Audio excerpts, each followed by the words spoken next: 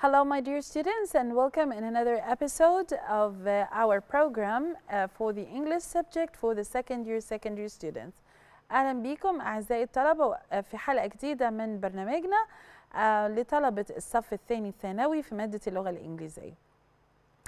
Of course, referring to the previous episode, كنا اتكلمنا في الحلقة اللي فاتت عن مجموعة حاجات related أو vocabulary طبعا ومجموعة معلومات related to a poster that we've discussed before. And while we've been working on the poster, we highlighted some words like must, have to, don't have to, need to, or don't need to, and so on. So today our main focus is going to be about highlighting again from our listening script must and have to, mustn't and don't have to, the word don't need to, and so on. But let's first try to check the learning objectives of today to see what are we going to do. By the end of this lesson, the students will be able to identify some vocabulary in different contexts. أكيد of course الكلمات على طول موجودة معانا, so today we're gonna get or learn some new words. Realize the differences and similarities in the use of must and have to in different contexts. هحاول نعرف أو نتعرف على استخدامات must or have to and how different they are. So please, while we're working, try to highlight the expressions of must and have to and check how they are used or what is the function of each one in each context. After that, read a script for gist and detailed information. We're going to read the listening script and try to stand on some information mentioned in the reading. So you'll be asked a question about the listening script. هسألكوا سؤال خاص بالlistening. So please get a lot of focus and let's start. So listening. In the listening today, we're going to have learn some vocabulary and grammar. Do you think it is important to do regular heart examinations? تفتكروا من المهم. Is it important to do regular heart examinations? هل مهم ان احنا نعمل heart examinations على طول نعمل check او نختبر صحة القلب بتاعنا? Do you think it's important to get done regularly انه يتم بشكل منتظم? Of course, I'm asking your opinion. أنا بسألكم على رأيكم وانتوا قولوا لي. But please write it in English. اكتبوه بالإنجلش. This is a must. So write your comment in your comment or in the comment part. You can write your answer and all the answers are accepted, but you have to express it in English. Why do you think Egypt became a pioneer in athletic heart care? تخيلوا مصر رائدة في مجال العناية بالقلب الرياضي. Okay, this is information that we're going to know while we're having the listening script read. So tell me why. ليه الناس قالوا إن مصر قائدة أو رائدة في هذا المجال أو في مجال الاعتناء بالقلب الرياضي. Athletic heart care. Athletic of course means رياضي or refers to sportsmen or to sports people. And the word pioneer, it means it's the first one who take the action, okay? It's the country that initiated the idea. هي البلد اللي ابتدت الفكرة أو اعتنت بالفكرة بشكل واضح وظاهر. So I want you to answer those two questions. The first one you can answer it starting from now, but the second one you won't be able to answer it unless you follow the listening script with me. لازم علشان تجاوبوا على التاني تتابعوا معايا ال listening script where I'll be watching your answers as I mentioned. So let's start. Most of us know that we need to stay healthy and many of us enjoy sports. Most of us know that we need to stay healthy. احنا محتاجين نفضل بصحة كويسة ولا لا? Of course we need it. So that's why we use the word we need to stay healthy. ده احتياج حاجة مهمة بالنسبة لنا. And many of us enjoy sports. But some young athletes believe that they don't need to worry about heart problems until they get very ill. Some young athletes. يا ترى what do you mean by the word athletes? Okay, athletes are sports people, the people who work or of course maybe perform in a perfect way in the profession of sport. Okay, يعني we can call محمد صلاح an athlete. We can call Serena Williams in tennis as an athlete. So عندنا أسامي كثيرة جدا ناس رياضيين أو تابعين للرياضة. We call them athletes كلهم أيا كان الرياضة اللي بيلعبوها.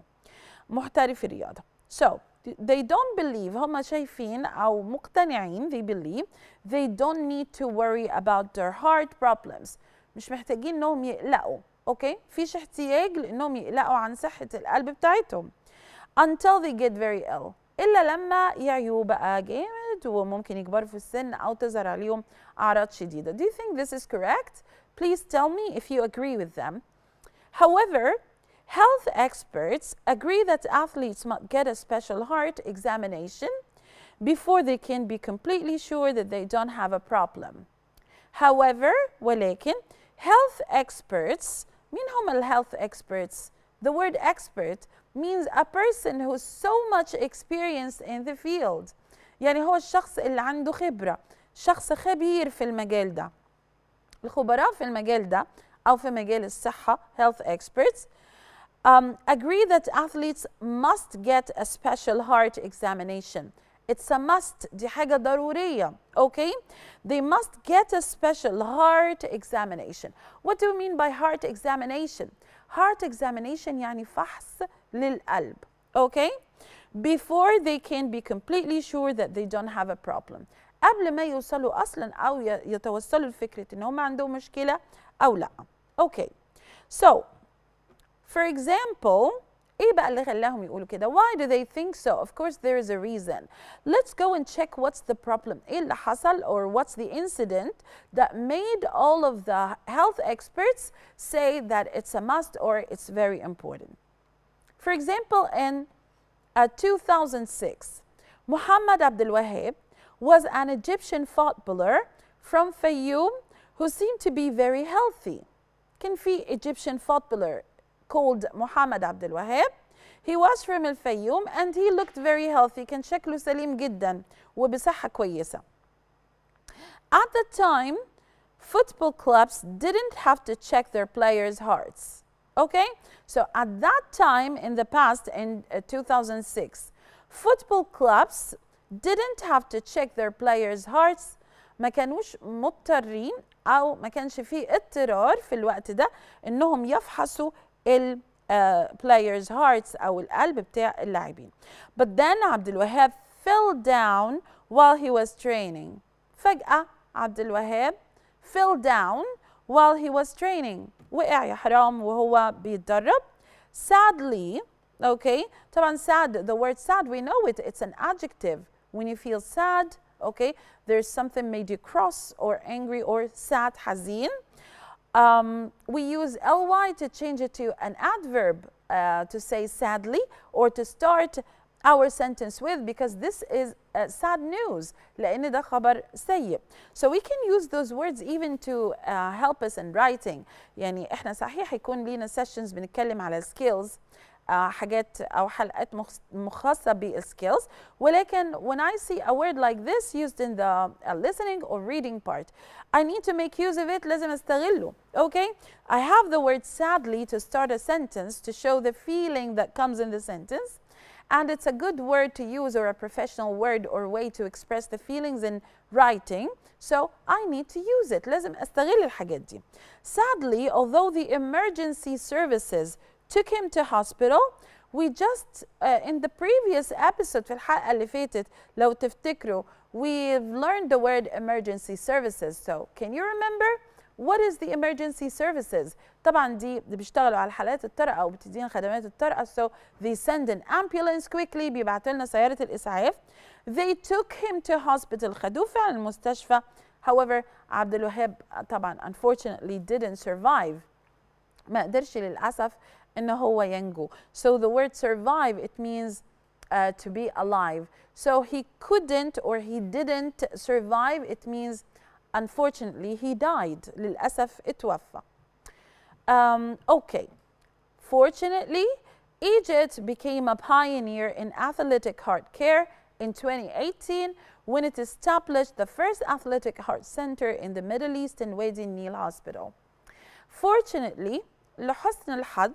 Okay, so we have the word unfortunately and we have the other word fortunately. Unfortunate means it's something bad. You're introducing something bad. But when you say fortunately, it means you're going to talk about something good. Okay? So, fortunately, Egypt became a pioneer. مصر أصبحت رائدة.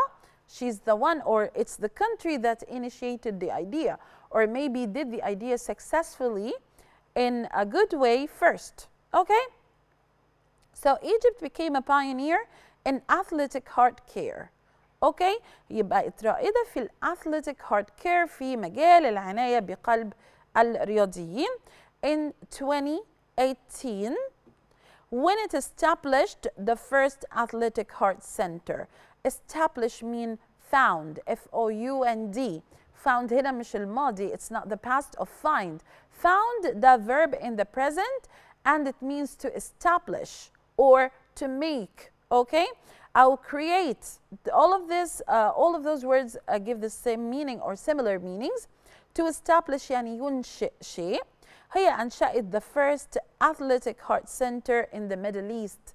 أول دولة تنشئ الأثليتيك هارت سنتر أو مركز القلب الرياضي في الميدل إيست في الشرق الأوسط in Wadi Nil hospital called Wadi Nil. It was decided that the AHC, of course, this acronym refers to Athletic Heart Center. So when you see it here written AHC, because we've mentioned it before, احنا ذكرناها قبل كده. So what you need to do, we don't have to write it all again. We can just use the acronym AHC, Athletic Heart Center. Okay? It was decided that the Athletic Heart Center, or AHC, had to have the best technology to check every detail of an athlete's heart. Had to have. What do you mean by had to have? It was necessary. Okay? This was something important. We can't work without it. So they decided that they had to have, it was in the past, that's why they said had to. Okay? علشان هي past. But of course, after had to, we have the verb in the infinitive. So that's why we have a have. So they had to have, this is the structure. Okay? They had to have the best technology to check every detail of an athlete's heart. كان لازم ومن الضروري يكون عندهم best technology. أفضل التكنولوجي علشان يقدروا to check every detail of an athlete's heart. يقدروا يعملوا check للتفاصيل كلها بتاعت القلب. And Dr. حازم خميس, the hospital director, has said that the center will help to protect everyone who enjoys sport in Egypt. So this center, by the promise of Dr. Hazem, he said that this center is made to help all of the athletes in Egypt. كل الناس الرياضيين في مصر السنتر ده يعتبر بيخدمهم. Egypt, and it will work with Liverpool John Moores University to help athletes abroad. كمان هم هيشتغلوا in association with, يعني هيبقوا بينسقوا مع Liverpool John Moores University. اسم جامعة. It's called Liverpool John Moores. Of course, أعرف منين? I have the words here all in capital. They start with the capital L, capital J, capital M, and the word university is capital too. This means that this is a name of a place or the name of the university. ده اسم الجامعة. You don't have to translate it or even understand it. You just need to know that this is a university. بس تفهم ان دي جامعة واسمها Liverpool John Moores. Of course, it's named Liverpool after the name of the famous football team, Liverpool, or the club. Dr. Ahmed Ashraf Isa, who is the executive director of the center, also believes that anyone who does any kind of sport should check the health of their heart first. Again, Dr. Ahmed Ashraf Isa, who is he? He is the executive director. Executive director. ما نقولهاش executive. لا, it's executive director. Executive. Okay? فيها بننطق كده الصوت بتاع الج أو الجي. فنقولها executive director. هو المدير التنفيذي of the center. Okay, also believes that anyone who does any kind of sport should check the health of their heart first. So any athlete, anyone who does any kind of sport should check their hearts first. طالما انت بتشتغل في الرياضة لازم تعمل check للهارت. As you see here, we use the verb do with sport. We didn't use make, for example. No, we can say do or perform sport. Both are okay. Perform a kind of sport, do a kind of sport, both are okay with the word sport. Okay?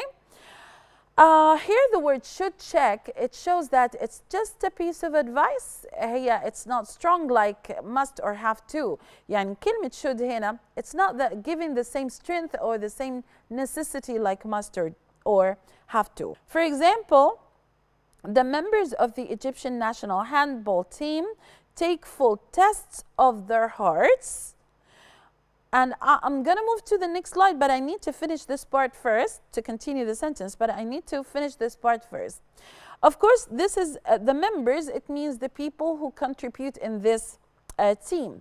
الناس أعضاء اللي موجودين في الإيجيبشن ناشونال هاندبول تيم اللي هو فريق كرة اليد المصري أو القومي. Okay?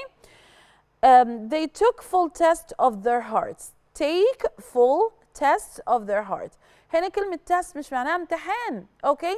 Test is like the word examination. كمان كلمة exam مش دايما بتيجي بمعنى اختبار أو test. So we need to do the relations. لازم واحنا بنقرأ نحاول نربط الكلمات. احنا we had those words before in a certain meaning. But now according to this context, نتيجة للcontext اللي قدامي ده, I need to guess that the word has a different meaning. الكلمة ليها معنى تاني. So when I say take full tests of their hearts, أكيد هو مش بيعمل اختبار بقى يروح يحل امتحان عن الهارت. Sure not. هو قصده هنا إن هو يعمل examination. Okay? يفحص القلب بتاعه. So those members do or take full test. So we can use the word take, the verb take with test to show that you're examining or checking the health of your heart. So you can say take test or even do. It's okay. Text of their hearts. Okay? Before major competitions. قبل major competitions. What do you mean by major? Major, it means something really or seriously important. Okay? And competitions means that you have you're going to play in a league, for example, or you're going to play with another team. ففي منافسة competition ممكن تلعب في بطولة أو حاجة. Such as the World Handball Championships. أهي جت لنا كلمة بطولة. Such as the World Handball Championships. What does this mean? What's the name of this championship? It's the World Handball. So it's played around the world. يعني البطولة العالمية لكرة اليد. And now Dr. Hazem and Dr. Ahmed have published a book together so that everyone can understand the importance of having a healthy heart. Okay? So both of them, Dr. Hazem and Ahmed, published a book. So publish a book, it means they wrote it, edited, prepared it, and publish it to the people. They give it to the people, okay?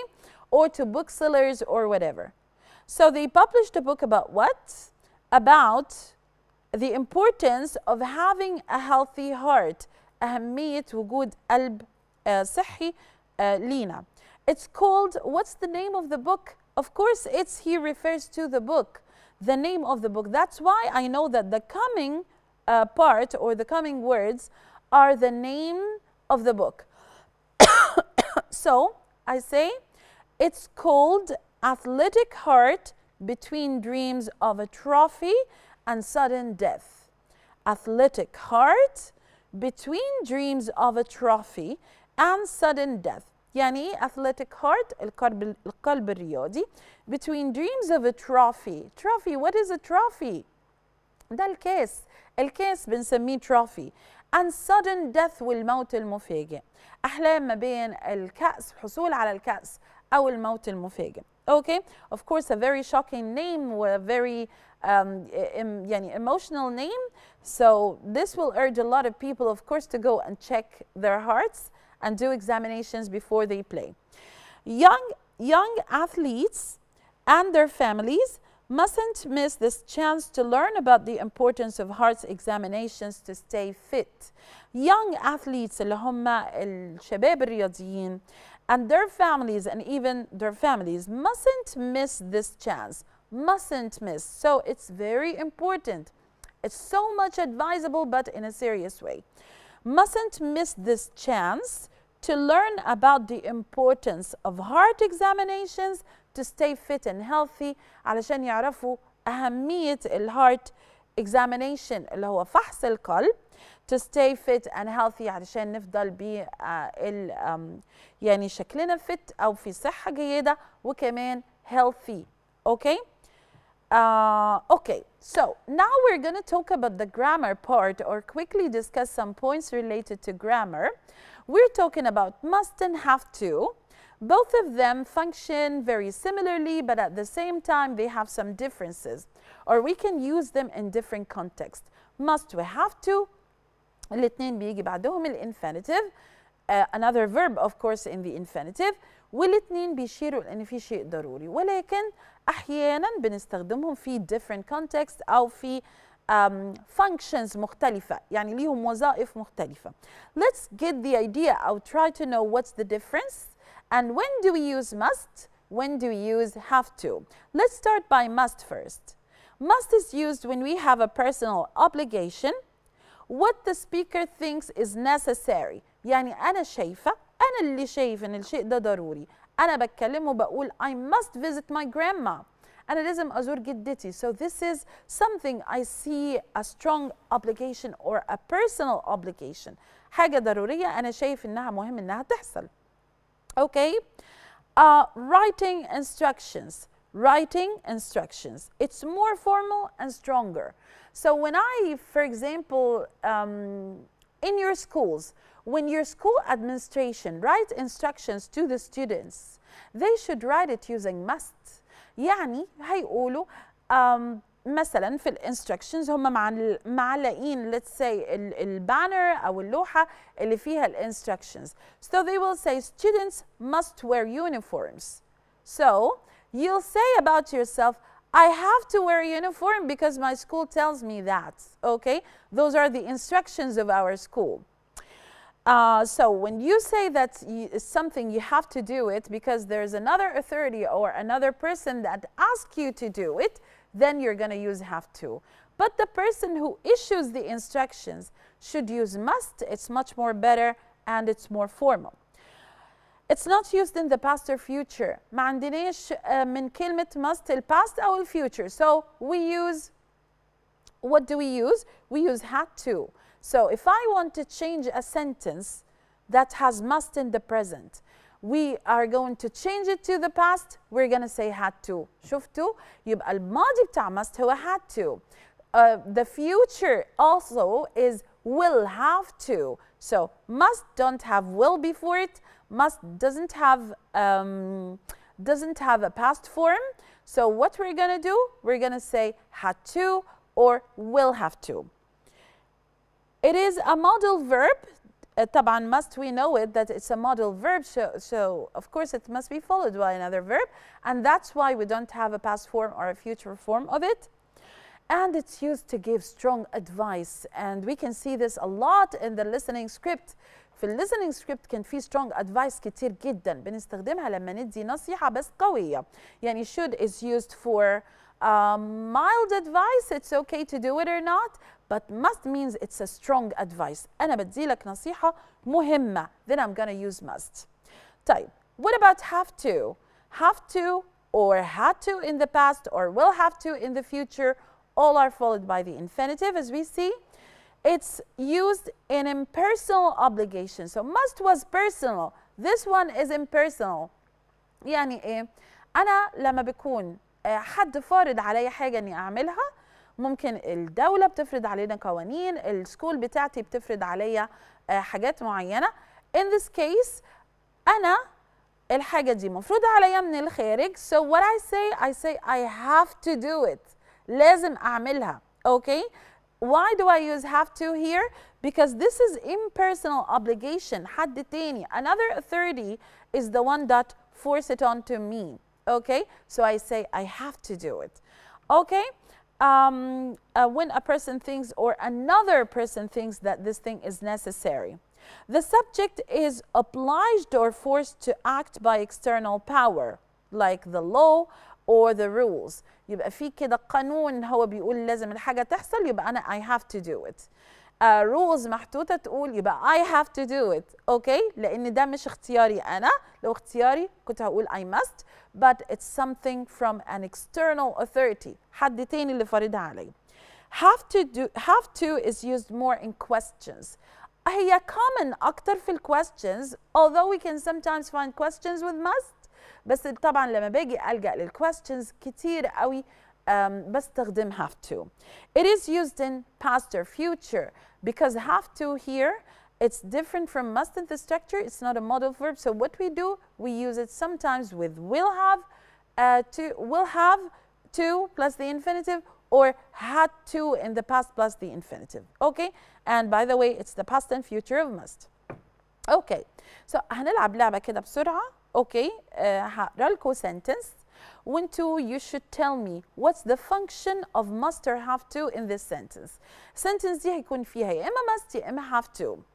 Your role is to tell me what's the function here. يا ترى must هنا بنستخدمها ليه؟ هي strong advice، هي personal obligation، هي مثلا حاجة instructions جاية من school كاتباها فكاتباها بطريقة formal وهكذا. So we're gonna do this game together.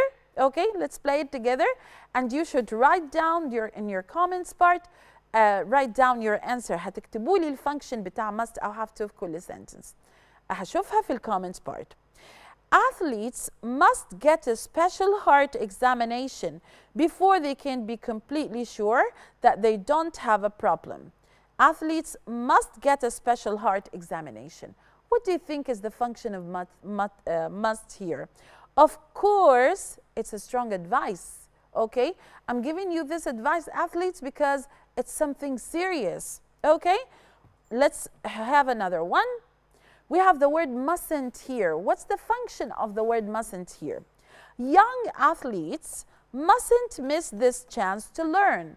Young athletes mustn't miss this chance to learn. What do you think is the function of mustn't? احنا عندنا must وكمان عندنا mustn't. طب mustn't بنستخدمها في ايه؟ Do they need to do it? Of course they are prohibited. So when I say they mustn't do this معناه ممنوع. ممنوع مش باختيارك هو ممنوع. So it's prohibition. This is what we call it's something not allowed. This is not allowed. Have to here, we're going to think about have to.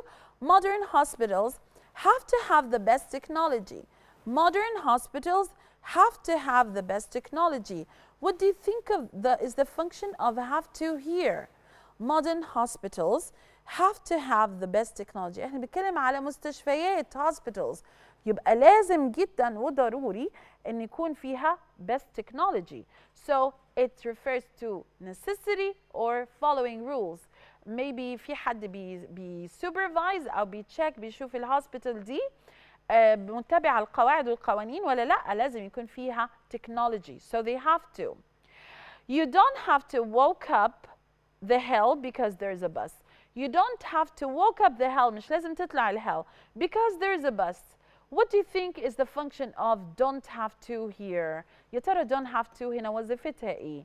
You don't have to, so it's not necessary.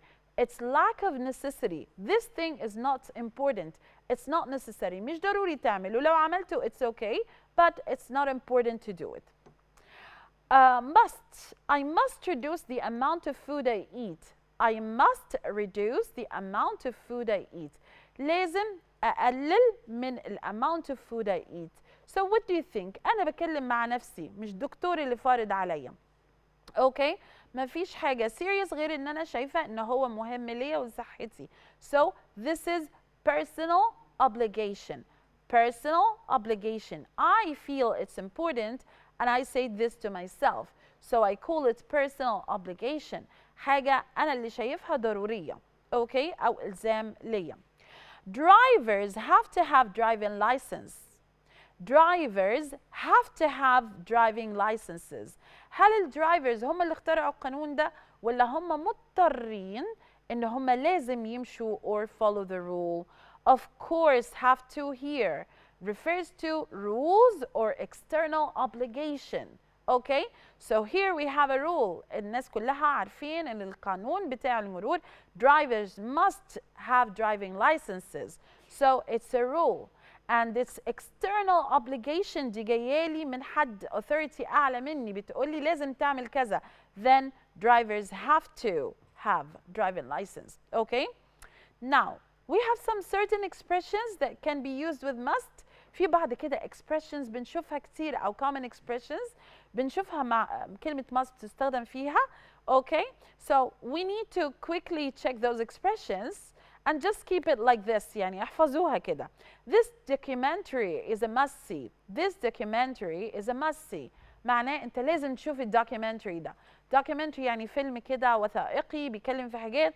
ف it's a must see. When I say something is a must see, then it's extremely interesting, extremely informative. I want you to see it or watch it.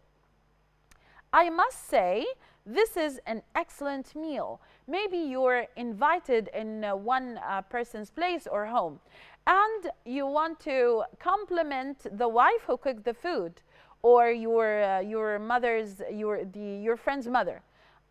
مثلا معزوم في بيت وعايز تجامل الحد ده وتقول له ان الاكل كان كويس. You say I must say this is an excellent meal. Okay? This is by the way it's a personal obligation. أنا شايف إن أنا لازم أقول إن الأكل ده حلو. I must warn you it's dangerous over here.